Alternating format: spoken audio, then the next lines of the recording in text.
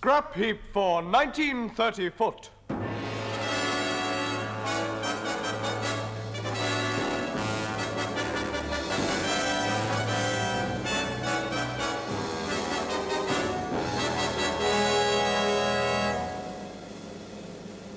$19.30 a year of contradictions of 52 weeks.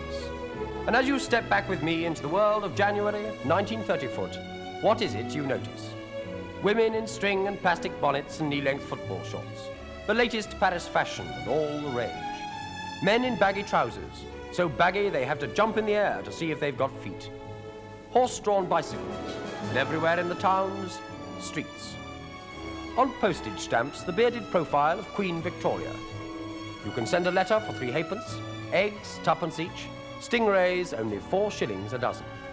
A silk suit costs half a crown, a small saloon car only 12 and 6, and you can buy a brown paper bag for just 35 shillings.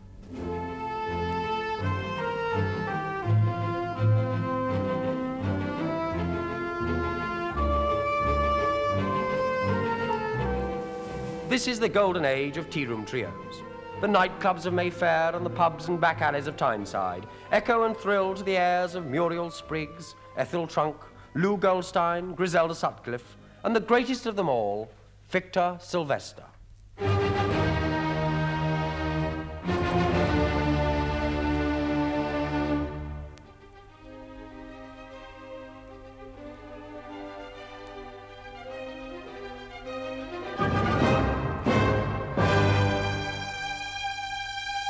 Smart tunes for smart people. Evening dress was worn everywhere. At the ballet, on the beach, in bed. Was this then the age of elegance? Not a bit of it. It was the age of contradictions. No, it wasn't. Yes, it was.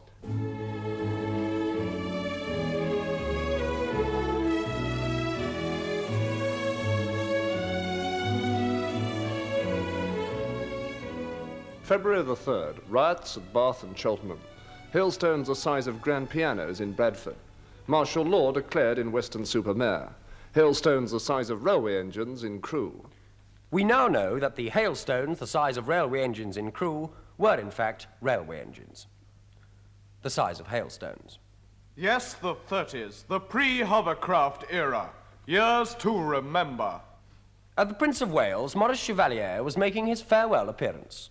I'm glad I'm not young anymore. Thank you. And for my first encore.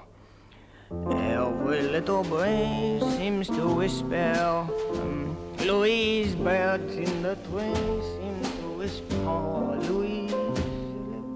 Meanwhile, in the League of Nations, the United Kingdom was lying third. Then, we have now received confirmation of reports that Italy is preparing to invade the small eastern Mediterranean island of Barthos, with 12 armored divisions convoyed and supported by the entire Italian Navy. Crisis at the League of Nations.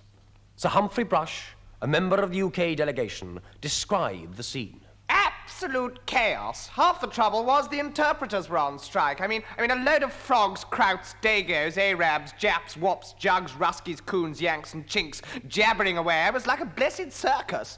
And they all spoke such rotten English. The Italian Navy is now less than an hour from the island of Barthos. A successful act of aggression such as this would spell the end of the League. But disaster was averted at the last moment by a strange quirk of fate. 2 shepherds noticed the Italian divisions landing and chased them away. But in the spring of 1930 there were other things to excite public attention. Weston-super-Mare up for the Cup. Before 100,000 people at Wembley Stadium, non-leaguers Weston-super-Mare humbled mighty Arsenal by 9-8 in the Cup upset of all time. From BBC Sound Archives, we bring you the last half-minute of the match with the score 8-all.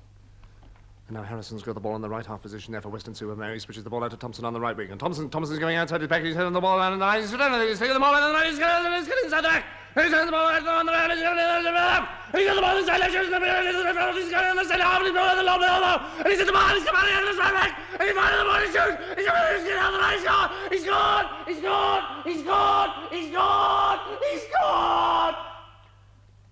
The commentator, a Western man, died just after the final whistle. Meanwhile, in an obscure laboratory somewhere in the depths of the physics department of Cambridge University, a promising but as yet unknown scientist was engaged in work on an unknown and secret project. What he was working on, we shall never know. Just down the corridor, an aged professor was coming to the end of his life's work.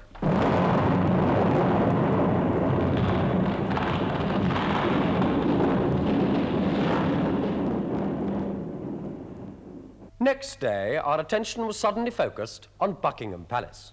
Royal Dachshund ill. The country's leading veterinary surgeons in attendance. Regular bulletins will be issued. Newspaper placards carried the single word, Fritz. The sudden illness came as a shock to the British public. Holidays were cancelled. Theatres and cinemas closed. At Wimbledon and at Lord's, play continued, but at half pace and in black. Everyone was waiting.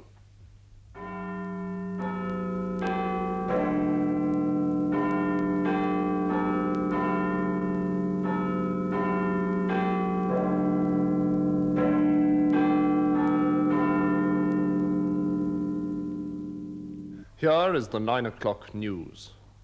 The nose of the Royal Dachshund is still gravely warm this evening, despite the quantities of brandy and Chateaubriand steak administered to him hourly. War has been declared in Europe between... How did the ordinary, average, everyday man in the street feel? All I remember was his sense of numbness. Everyone was waiting. And the woman in the street? Don't know. On August the 8th... Tonight, the BBC will remain open. Any further news of Fritz will be given after the striking of Big Ben every 17 minutes. And on the morning of August the 9th... This is... London. London. At a few minutes past 8 this morning, Fritz passed quietly away. And here is the late football result, Swindon 2, Preston 2. But there's a brighter side to the halfpenny. In the world of cinema, the musicals are all the rage. At the Bijou, Piccadilly Circus, Maisie Bartlett and Sidney Prune were at the top of their form in Arthur Goat's Love in Springtime. As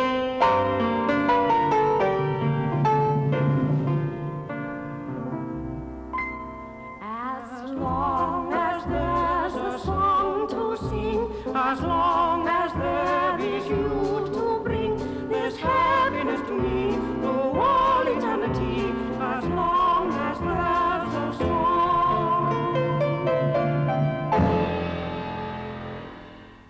While at the Ritz, Leicester Square, Jessie Carter and Wilbur Gannett star in Hector Brand's smash musical hit, Loving You. As long as there's a song to sing, as long as there is you to bring. Court action followed.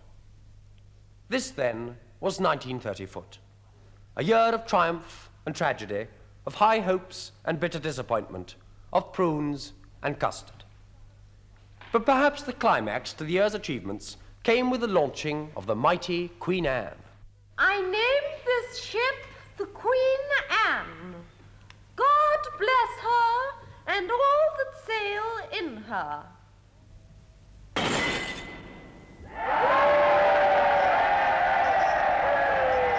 She's more than a ship, she's a gesture, a symbol of the new times ahead. She's sinking.